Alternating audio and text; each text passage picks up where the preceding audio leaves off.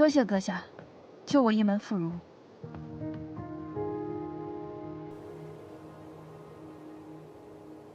谢你自己吧。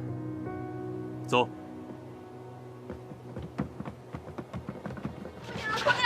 这儿，姐姐没事吧？姐姐没事吧？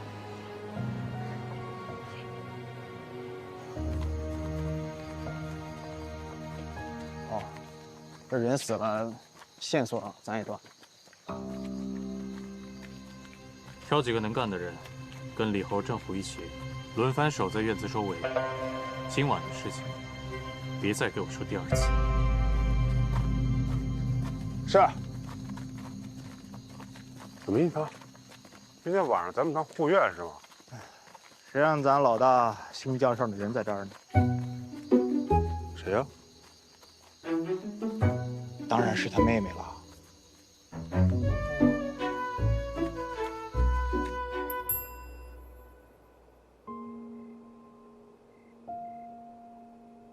李哥不怕啊，睡一觉，明天就都忘了啊。朵儿，快进去睡觉吧啊！带朵儿去睡觉，孩子们进去睡吧，我们也去睡觉吧，走吧，去吧。这戚秀思真是阴魂不散。你说我们都搬到这儿来了，他们一来又闹得鸡飞狗跳的。这是黄鼠狼专咬病鸭子。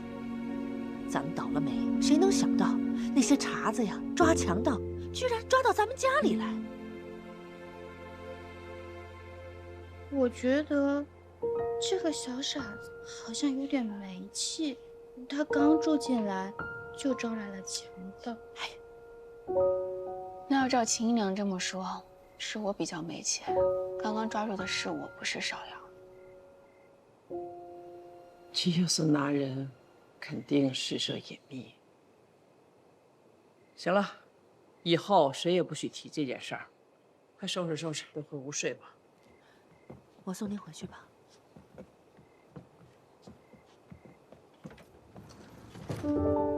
你们快回去休息吧。我要不在这陪你睡吧？放心，快去睡。姑娘，你早些休息。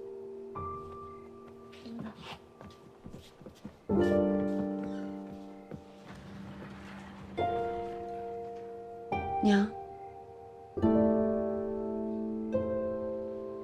我来了。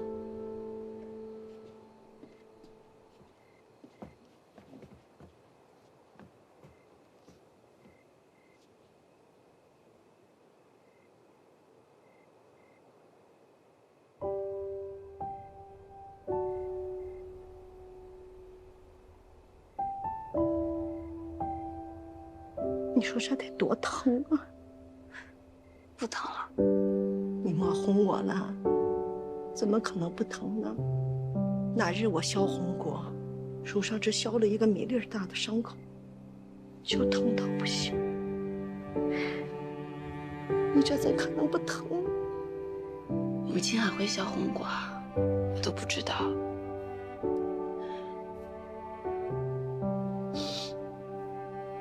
这几日没少干活吧？手都糙了。是啊，是娘对不住你。从前，你爹爹他不喜欢你，老夫人她也不喜欢你，那些婶子们也经常拿你说嘴。可是为娘一次都没有站出来替你说话。当初我懵懵懂懂地将你生下来，可是这些年什么也没有做过，也没有帮过你。你是不是特别怨恨我？娘，既然你说你愿意拿命换我，这世界上无数的人，只有你愿意这么做。有这句话就够了。芷儿，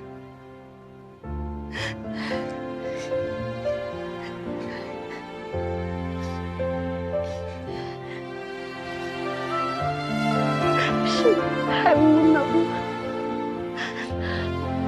我多受委屈，都是为娘不好。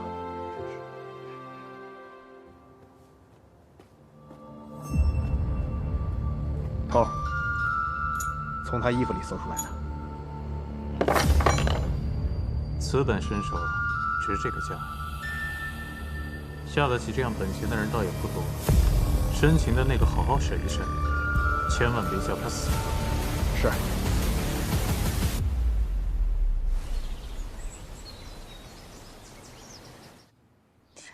疼吗？昨夜做噩梦了，眼泪流了一枕头，是梦到什么那么委屈？怎么了？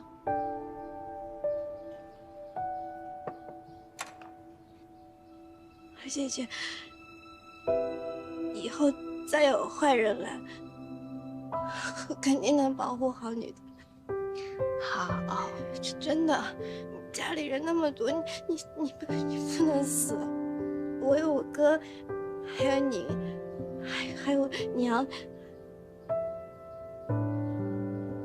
娘，她已经死了，我就只有我哥和你了。放心，我知道芍药会保护好我的，我和哥哥呢也一定会保护好芍药的。谢谢，我好想问你。我昨天看你娘和你的时候，我就好想我不能跟我哥说，我跟我哥说，他也会难过。那以后芍药想娘娘就跟姐姐说，我不会告诉哥哥的。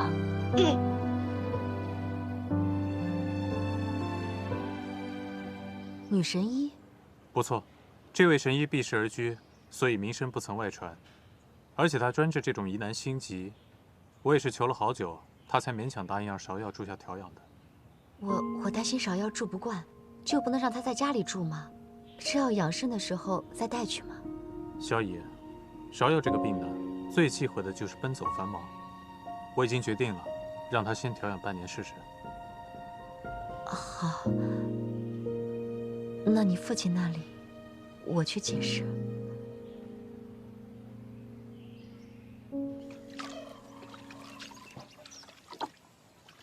讨厌那些跟屁虫，这都挤到杨柳巷来，学咱们带花灯卖鬼，想想我就来气。哦，夏，你讨打是不是？你小心水溅姑娘脖子上。这有什么好气的？当初想出这带花灯的方法，我就知道他们一定会学下去。这红果人人都能摘，多试试味道也能学出个劲。芍药，给我点浆糊。姑娘，你都捣鼓什么呢？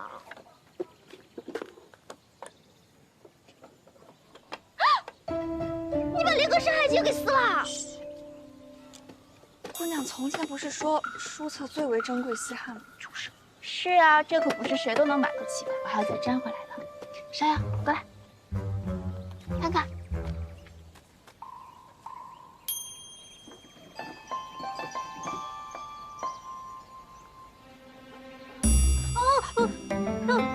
它动了。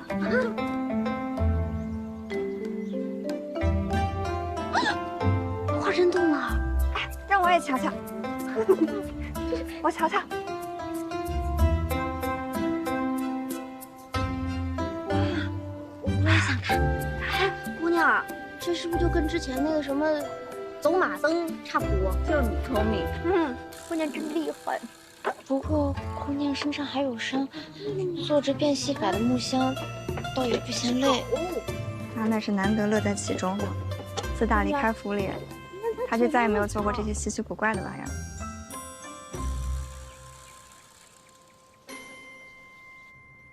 头，查清楚了，这俩人压根儿不是一伙的。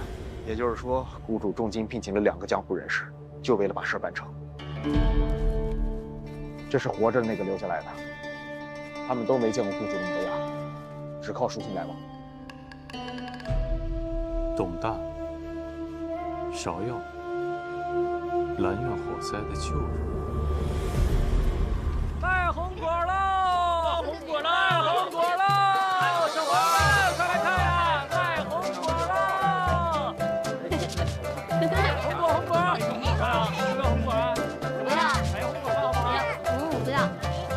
那边有变戏法的，我们一起去看吧。这什么情况？杨柳街也来变戏法了？花季果子童叟无欺，买一串果子拉一次箱子，童叟无欺啊！买一串果子拉一次绳子。不管地久天，不老一株柴。天落水，鸟吃虫，鸡丢飞。果子生意虽小，但细水长流，一日能添补家用，总算不再坐吃山空。明前夕，菜上须。你好，你看今天赚了这么多，来，叔叔，生意不错嘛。芍药今日没来，家里有只小鸡不舒服，她在照看着。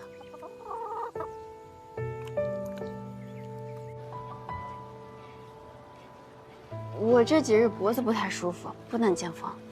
要是不会说谎的话，你还是别说了。你脸上的疤我从来没问过你，你也不要问我。那还不是因为芍药？要不是芍药帮我敷药，恐怕也会留疤。这小伤过几日就好了。对了，你那日给我的瑞和楼的点心我带回去了，但是我觉得和福东做的也差不了多少。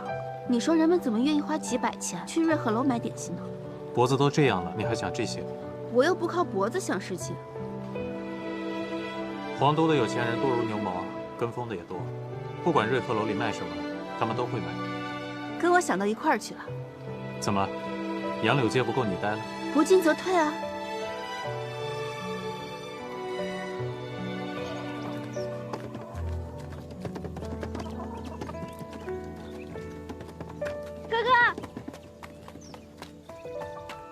哥哥，你看，泰姆教我缝的小鸡。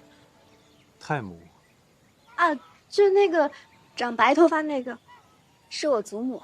那我先进去了，不打扰你们兄妹俩讲话。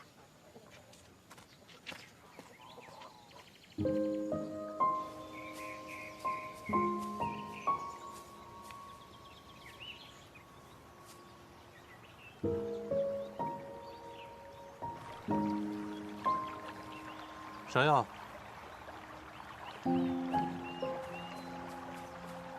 芍药，在这开心吗？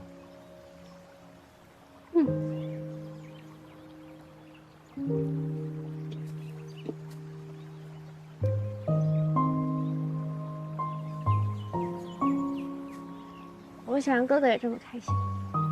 哥哥，你为什么不过来跟我们一起住？以后我每天都来看你。也来看花姐姐，她很喜欢你。你听谁说的？你们俩在一起的时候她就很开心，因为她喜欢你，就像我喜欢你一样。她也很喜欢我。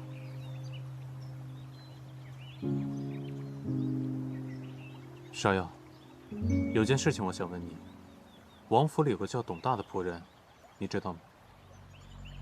他来找我说话过。他跟你说什么？很多很奇怪的。他说我娘死的时候，什么人来什么的。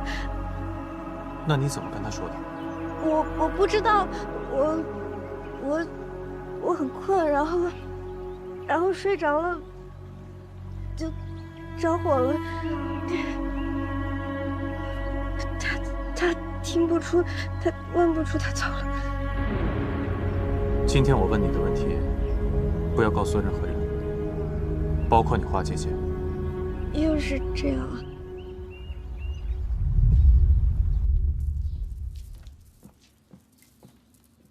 王爷，府里的董大忽然不见了，这几日他们满城里找也没找着。他都一把年纪了，人好像也糊涂了，由他去吧。是王爷。见过世子。您找我？你那些说死啊，偏偏王妃还可以。你到底把芍药弄去哪里了？到底要做什么？她现在人在哪里？她现在有人陪，也有地方住。这外面还有哪儿能比得上咱们王府呢？可她在那儿比王府开心千百倍。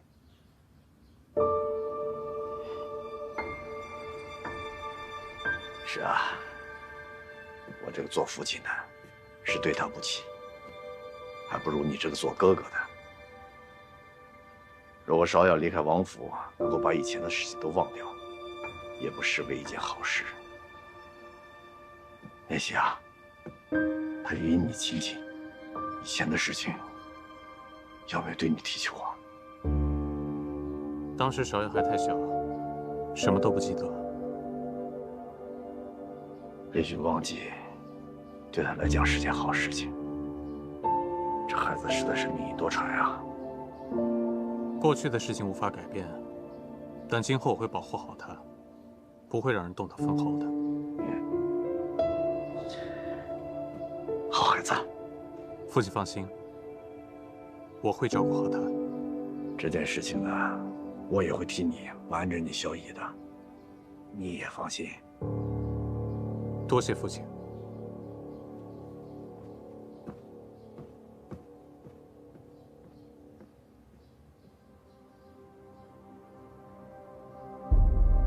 怎的又买10盒？还一买就是200个，还有什么金纸银纸，都采买来干什么呀？不写清楚，别想在我这儿领走一个大子儿。哎呀，不是我说呀，吃亏得长教训。你呀，该好好的跟你们家姑娘说说，如今有一些余钱，赶紧去聘请一些护院是正经啊。三夫人，哎呀，这就是我的不是了，没有事先同三婶说清楚。你又要折腾什么呀？三婶，我要让他们自己来找我们送钱。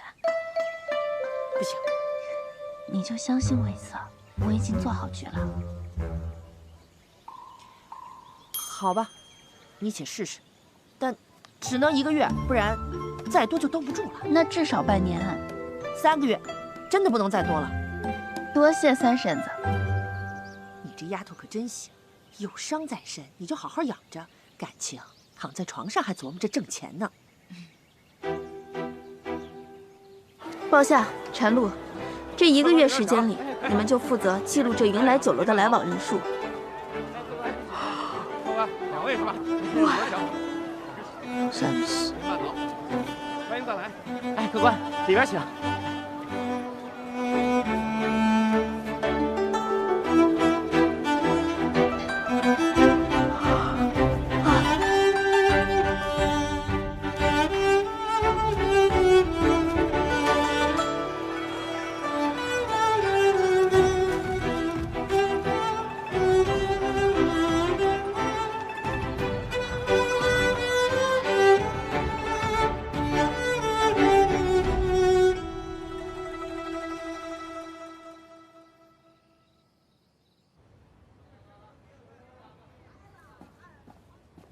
叫大姑娘久等了。白掌柜，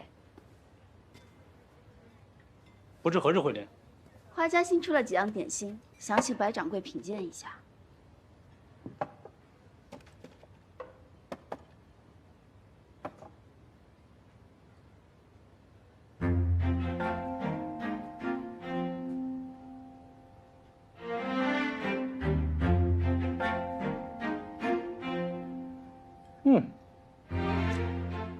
你家这位点心师傅，他不光手艺了得，更贵在他有一层巧思在，不知何处聘来的高人。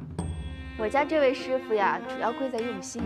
先前是明珠蒙尘，不得施展。啊，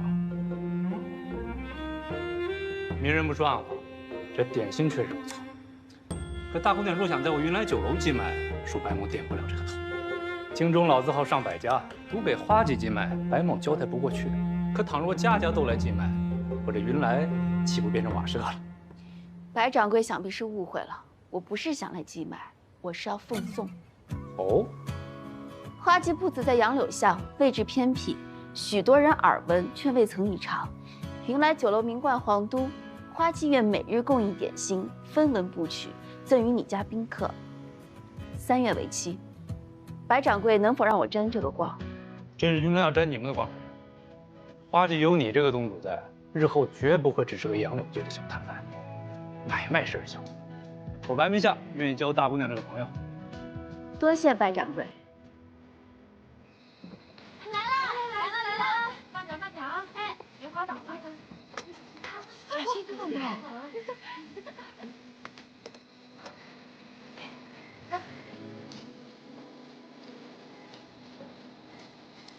小心啊，小心！来来，坐下。来，小心。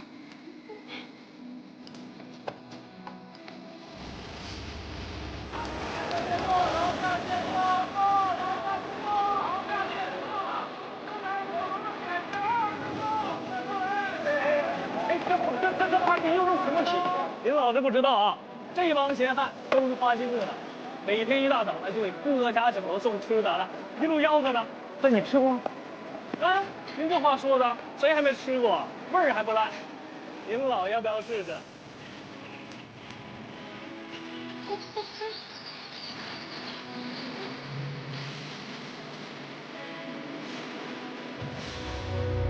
只是不回头的走过，蜿蜒撑散了心河。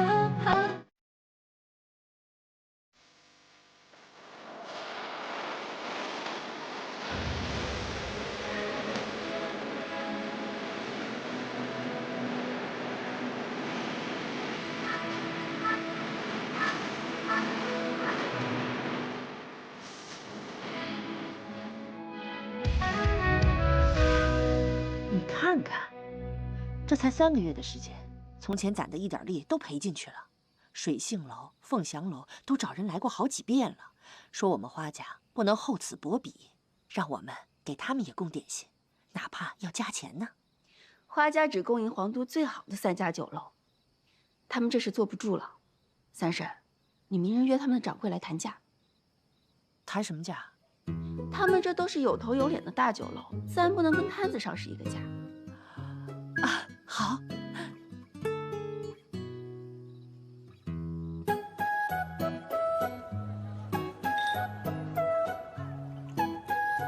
花大姑娘不必开尊口，我也知道你为何而来。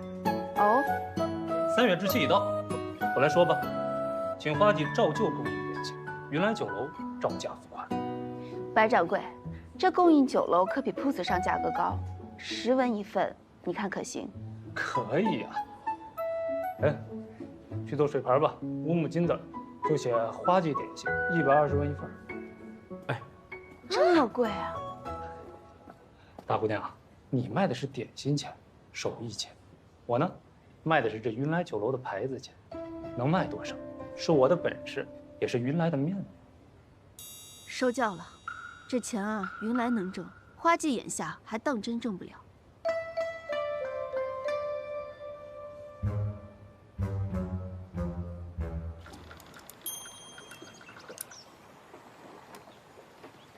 算什么呢？自从在酒楼寄卖点心，赚的比以前摆摊多得多。但是光靠这些酒楼，终究不是长久之计。所以等攒够了钱，我要让花家有自己的铺面，真正在皇都立稳脚跟。你见多识广，怎么不说句话？你心里必定是已经有答案了，又何必问我呢？那除了你，我也不知道能问谁了。母亲他们不懂，三婶只会泼冷水。那你怎么知道我不会泼你冷水？你敢？你要是真想好了，就去做，我相信你。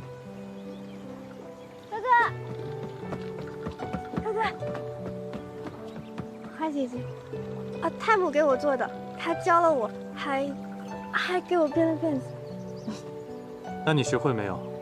没，但学2天就会了。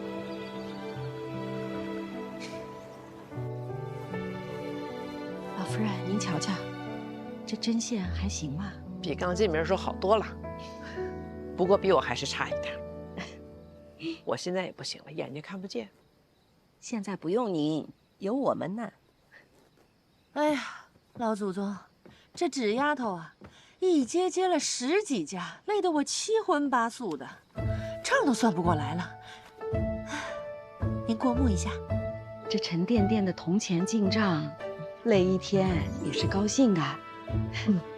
三嫂，这也没外人，你跟我们悄悄说说，这个月的利是不是比上个月还多？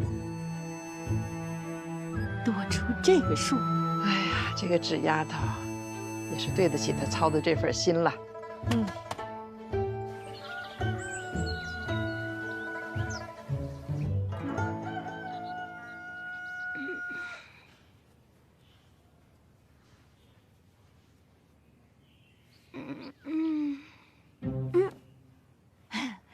哥，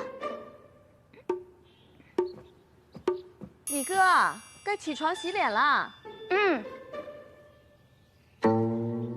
快点啊，一会儿还得背书呢。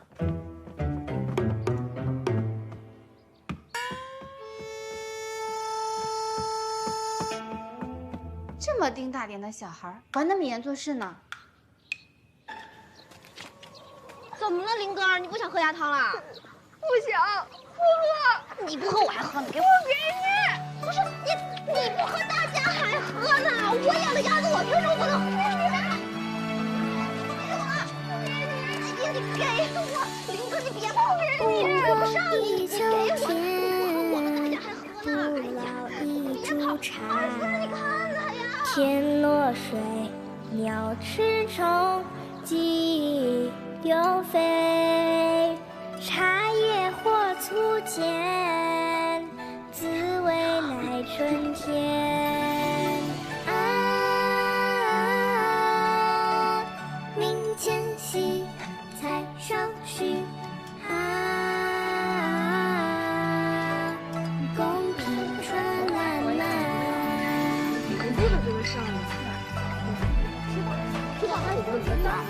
有一件事情刚有了一些眉目，我就不想瞒大家了。啊，这丫头，有事便说，卖什么关子呀？我们可以搬回城里了。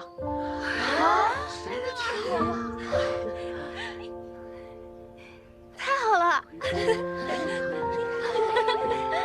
咱搬到哪儿去啊？这半年来的进项可以回城里租一个宅子，虽然比不上原先府里那么大，刚好住得下。房子你看好了吗？都看好了。这些攒下来的款子，如果不租一所院子，也可以开一间铺子。只不过，如果先办一项事情，另一项就要缓个半年左右。我想着这些钱是大家齐心赚来的，少不了大家一起商量。哎呦，依我看，还是赶紧搬回城里要紧。这荒郊野外的，哪能久住啊？不说别的，就说上一次那个歹人闯进咱们的庄子，哎呦，你说在城里，哪能出这档子事儿啊？是，三嫂说的是对的。现在我想起那件事情，还吓得这心砰砰跳。是，三夫人说的是，那要是再缓半年的话，就立秋了。那孩子们，老夫人总不能挨冻吧？好婶子，咱们现在的钱哪能住得起高墙深院啊？哎呀，罢了，矮墙浅院也能住，只要是比这里多出几间正经的房舍，还有呢，再雇几个护院，这样就好安心住下了。是啊，到那个时候，玉娘的孩子也落地了，就有新房子住了。好，那既然大家这么说，那咱们就这么定。呀，我的姑奶奶，你就别慢条斯理的，宅子赶紧定，护院呢也要赶紧请。这就去跟我付定金，这挑好的宅子呀，可不等你。煮熟的鸭子，别让它飞走了。走。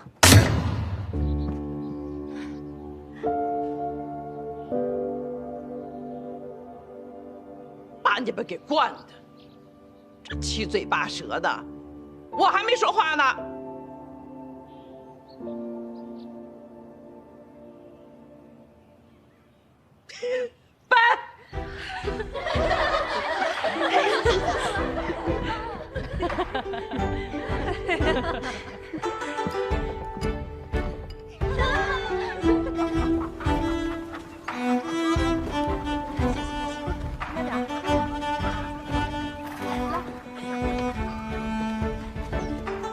老夫人，一切都安排好了，这新的宅子可漂亮了。真好，一会儿都煮熟到了，进了城声量都低一些，别吵吵嚷嚷的，免得遭饥渴。是。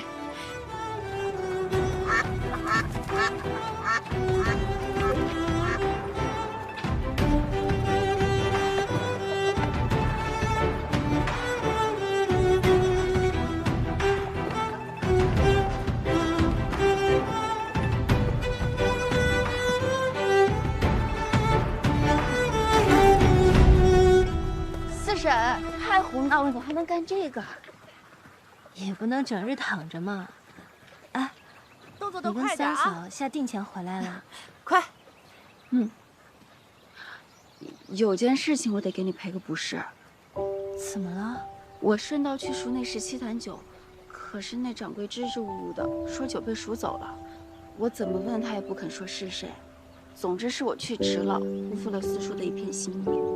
原来就为了几坛酒，跟我说上这片酸话，说是你四叔在，也要拧你嘴呢。左右等他出来了，我就可以还四叔的礼了。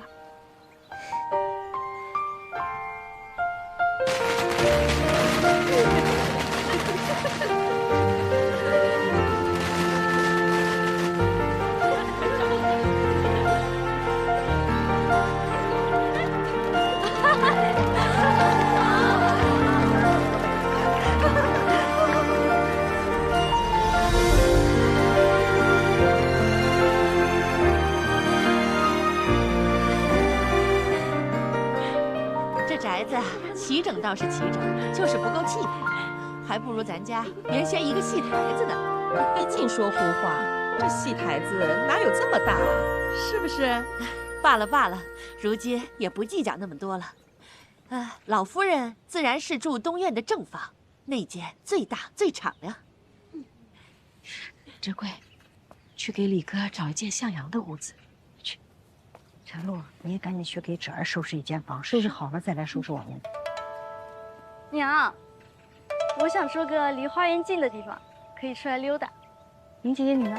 我想住一个靠水的安静的地儿。那我们去啊！都站住！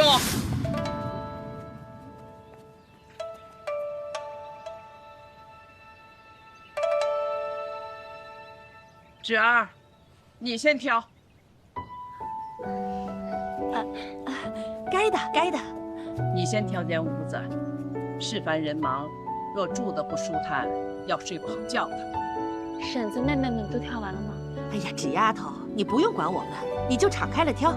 便是住到我们头上，我们也没有半句怨言。三嫂，越说越没正形了。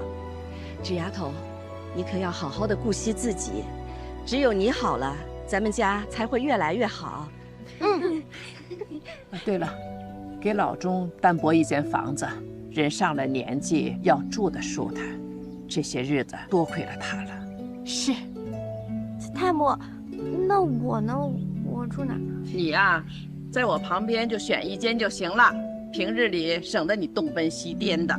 没事了，上我房里来陪老太太说会儿话。玉娘呢？啊，再挑一间暖和向阳的房子，让玉娘踏踏实实的住着。多谢老夫人了。唧唧挨挨的住了这么长时间，又忙又累，也没什么可吃的，这可怜劲儿的，一句怨言都没有。如今日子又好了，老夫人还说这些做什么？回想起来，大家挤在一个屋檐下睡了那么久，倒也亲热得很。要是玉儿还想念那样的过法，有什么难的？等明年避暑的时候，再回去紫黄居。到了明年就派辆马车把三嫂一个人给送过去。我看行不行，我才不要去！玉儿去，玉儿去，赶紧收拾吧。走吧，走吧，走了，走了，走了，走。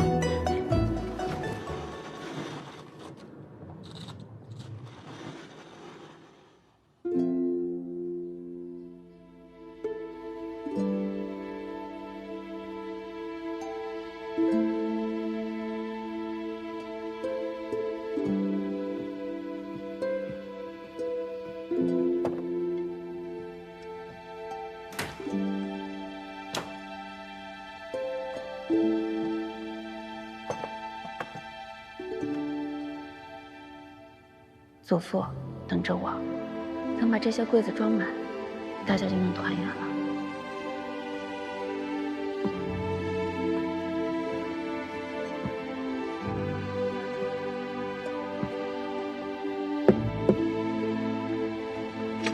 祖母，怎么没去休息啊？哎呀，睡不下，这年纪大了，想起什么事儿必定马上说，不然就怕忘了。你是不是觉得我们家最苦的日子已经都过去了？人呐，在最绝望的时候，什么恩怨都可以放在一边儿。可一旦吃好了、穿好了、再住好了，七七八八的事儿又翻江出来。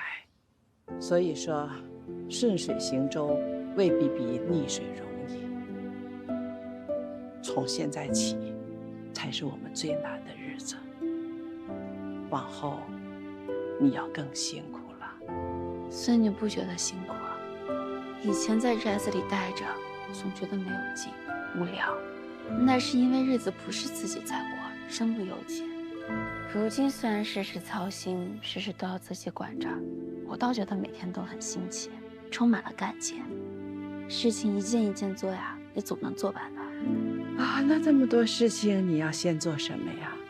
我想着现在宅子也搬回来了，我想让柏林、布里他们继续去读书。我拜访了最好的私塾，让他们先去试一试。那为什么是这件？这宅子没了可以再买，钱没了也可以再赚，这些都是身外之物。可是画家的家学文脉要传承下去，这些都是钱财买不到的。柏林、玻璃他们不能断，我也不能让他们断在我这儿。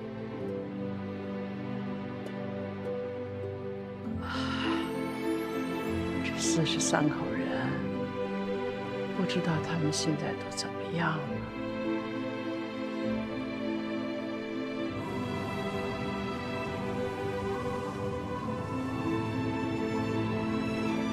饼子，新出炉的饼子，来看看吧。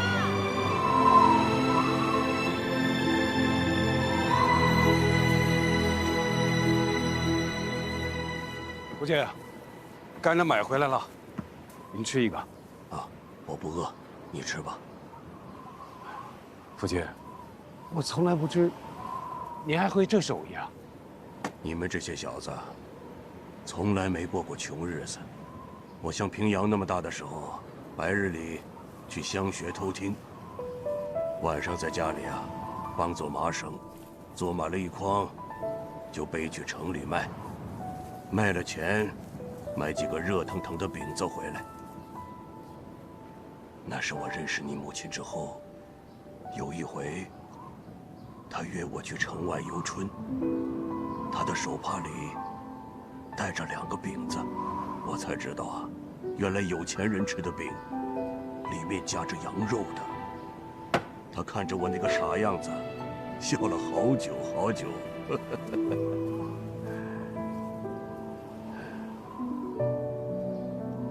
真不知道他们现在怎么样了。爹，你就别担心他们了，有娘和侄儿在，他们肯定过得比咱们好，好歹窗户不漏风嘛。大哥，给我扔个饼子呗，我饿了。想吃啊？自己买去。大哥，我这忙了一天了，快！老大，来接着。好。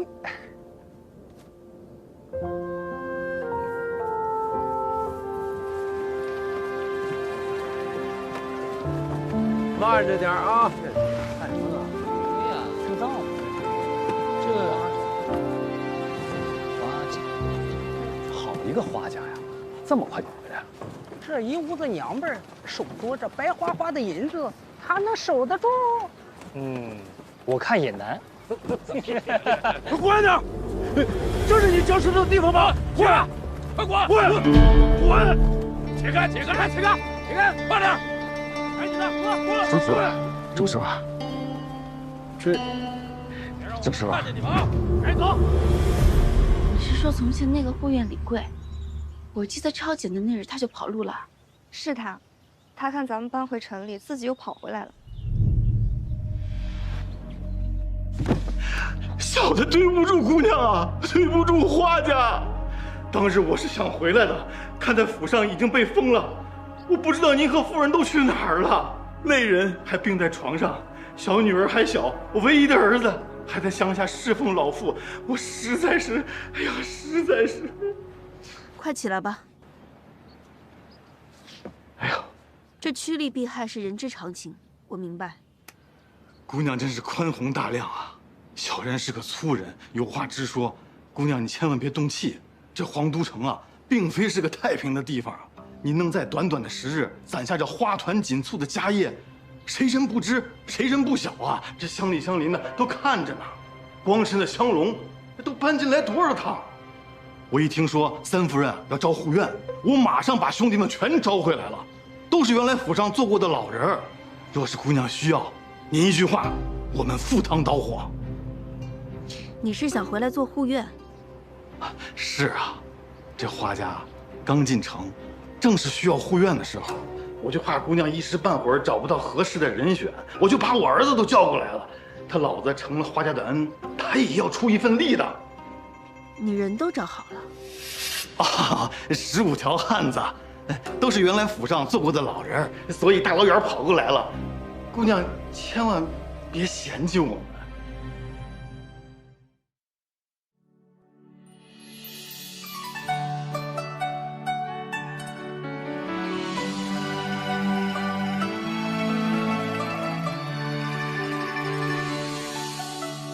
不荒一秋天，不老一株茶。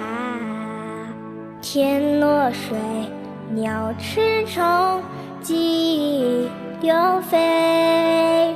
心血为冠，心力为盖。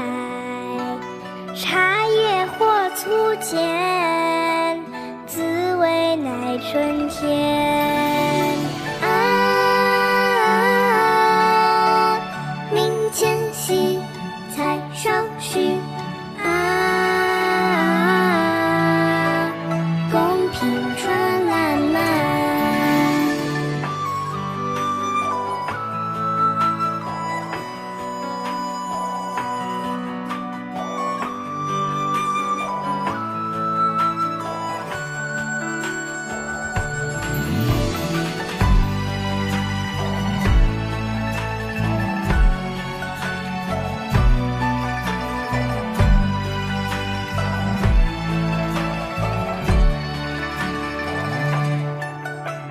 不荒一秋天，不老一株茶。天落水，鸟吃虫，鸡流飞。心血